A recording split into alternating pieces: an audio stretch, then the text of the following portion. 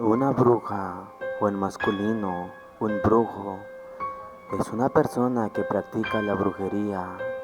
Si bien la imagen típica de un brujo o de una bruja es muy variable en función de cada cultura, en el acervo popular del mundo occidental, la representación de una bruja se asocia fuertemente hoy en día a la de una mujer con capacidad de volar montada en una escoba.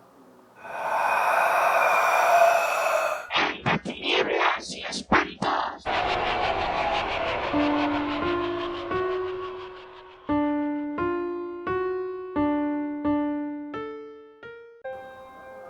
Algunas la asocian con el vidente o con el carividente, otras la asocian con el chamán, quien es un especialista de la comunicación con las potencias de la naturaleza y con los difuntos, mientras que otros la asocian con un brujo de tribu, más orientado a la curación de enfermos del cuerpo y del alma. La bruja, en femenino, es un personaje recurrente de la imaginación contemporánea que perdura y se afirma gracias a los cuentos, las novelas, películas, así como a través de ciertas fiestas populares y de sus especiales máscaras. La etimología.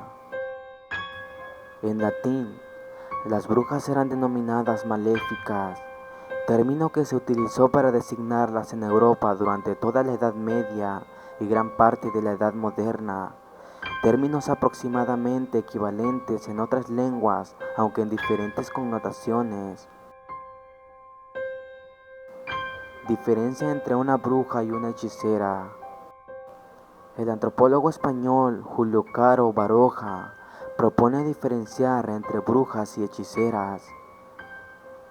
Las primeras habrían desarrollado su actividad en un ámbito predominantemente rural y habrían sido las principales víctimas de la caza de brujas en los años 1450 a 1750.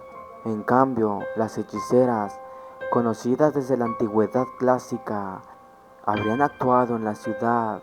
Como ejemplo de las primeras, Caro Baroja pone a la Sorgina de la brujería vasca y de las segundas al personaje de la Celestina de Fernando de Rojas. De esta última dice que, aunque el autor dibujó su espléndido personaje tomando elementos de la literatura latina, de Ovidio, de Horacio, etc., Carmelo Lizón Tolosona distingue también entre hechicera y bruja, pero según este antropólogo español, la diferencia se basa en la relación que mantiene una y otra con el poder oculto y lo maligno. La hechicera invoca y se sirve del poder demoníaco para realizar sus conjuros, mientras que la bruja hace un pacto con Satán, renuncia a su fe y rinde culto al diablo. La fuente del poder oculto no es ahora la fuerza de la palabra, ni la invocación al diablo, ni la ceremonia mágica, sino aquella que proviene de la adoración personal y voluntaria al demonio por parte de la bruja, hereje y apostata. Su poder es vicario pero diabólico, adquirido a través de pactos explícitos, personal y directo con el mismísimo Satán, en conciliábulo nocturno y destructor que anuncia el aquelarre, el paso de la hechicera a esta bruja satánica. Bruja aquelárrica, como la llaman también Carmelo Lizón, se produjo en Europa a lo largo de los 2 siglos finales de la Edad Media. Carmelo Lizón también discrepa de Caro Baroja en cuanto a la consideración del personaje de Celestina, porque para él se trata de un híbrido entre bruja y hechicera. Celestina, dice Carmelo Lizón, vive rodeada de ponzoñosos ungüentos y la fórmula mágica cuyo poder reside en la fuerza del lenguaje, pero puede además disparar el terrible dardo del maleficio, opera con poderes nocturnos, conjura y obliga al mismísimo Satán. Carmelo Lizón, el conjuro revela el carácter bastardo de Celestina, alcahueta mestiza, resultado del cruzamiento entre bruja y hechicera. Aunque se confiese cliente del demonio, sabe bien su arte, conoce y sabe leer los agüeros y activa voluntad del poder intrínseco a líquidos. hilados y palabras. Además, para asegurarse el éxito, pacta con Satán, pero nótase, en pacto arrogante y altivo, exigente y amenazante, en pacto entre iguales, esto es, entre dos agentes teúrgicos tan poderosos como malvados. Por otro lado, en la mayoría de los idiomas se utilizan términos diferentes para distinguir la hechicería, en la que no existe el pacto diabólico, y la brujería, en la que sí existe, menos en el francés. Las brujas son raras en la Biblia y son condenadas por Moisés. No obstante, se alude a Saúl consultando a una bruja para así poder hablar con Samuel ya muerto. Es difícil llegar a concretar una visión más o menos exacta de la brujería en la antigüedad. Sin duda, en ese tiempo, la misma era reprobada o al menos temida por amplios sectores de población e incluso prohibida. Plinio el Viejo alude a la interdicción de la misma en Roma por la ley de las 12 tablas hacia el 450 a.C.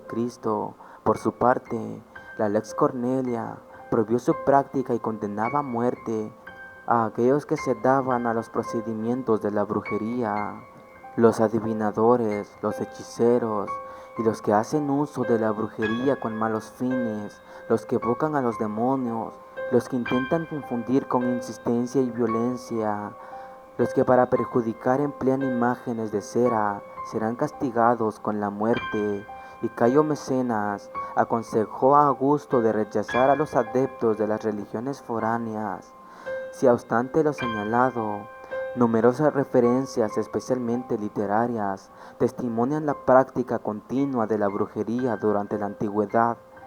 La diosa Hécate era quien entonces dirigía la brujería y los encantamientos, y ciertas regiones y ciertos lugares eran considerados puntos de pasaje al mundo infernal y estaban asociados a zonas tales como pantanos, lagos, cementerios y bosques.